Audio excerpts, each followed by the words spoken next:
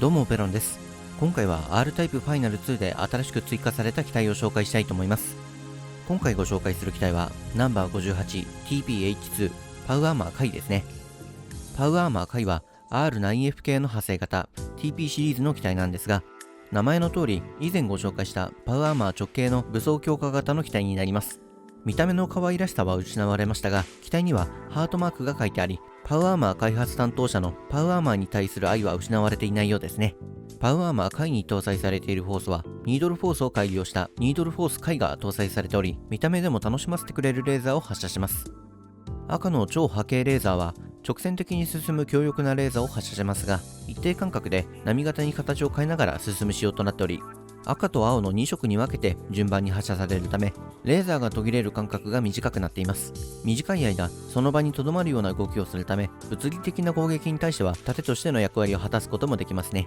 若干癖のあるレーザーですが、この機体でのメイン装備になると思います。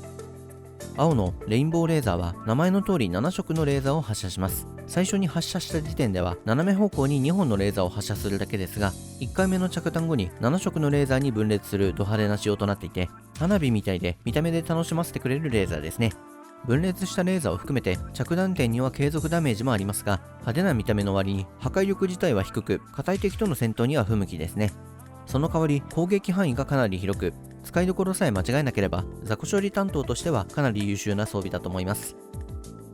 黄色のイレギュラーレーザーはバウンドするエネルギー弾を上下に発射します。このエネルギー弾はバイドに反応して高くバウンドする仕様となっているため、あまり使いどころのない黄色レーザーの中ではずば抜けて優秀な装備ですね。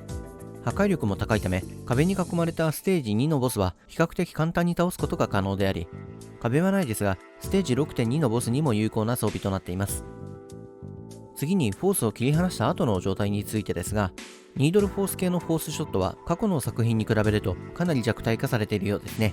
ニードルフォース回になって強化はされていますが、2つの方向に弾を撃ちながら回転する程度にとどまり、残念ながら使い勝手は非常に悪いと言わざるを得ません。しかし他のフォースショットと違う点も存在しており、フォースを切り離した状態でチャージを開始すると一定時間フォースショットを撃ちながら弾幕を張ります。ただし肝心の波動砲が強くないため、それほど使いどころがあるとは思いませんが、他にはない仕様のため使い方を工夫してみるのは面白そうですね。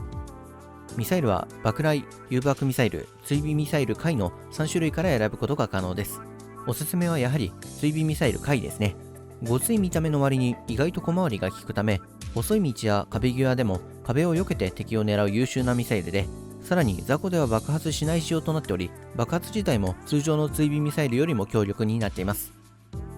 搭載されているバイド砲は破壊力はそんなに高くないですが、当たり判定が大きいためステージ 6.1 で砲台を破壊するのが結構楽だったりします。見た目にも面白い波動砲なので個人的には結構好きですね。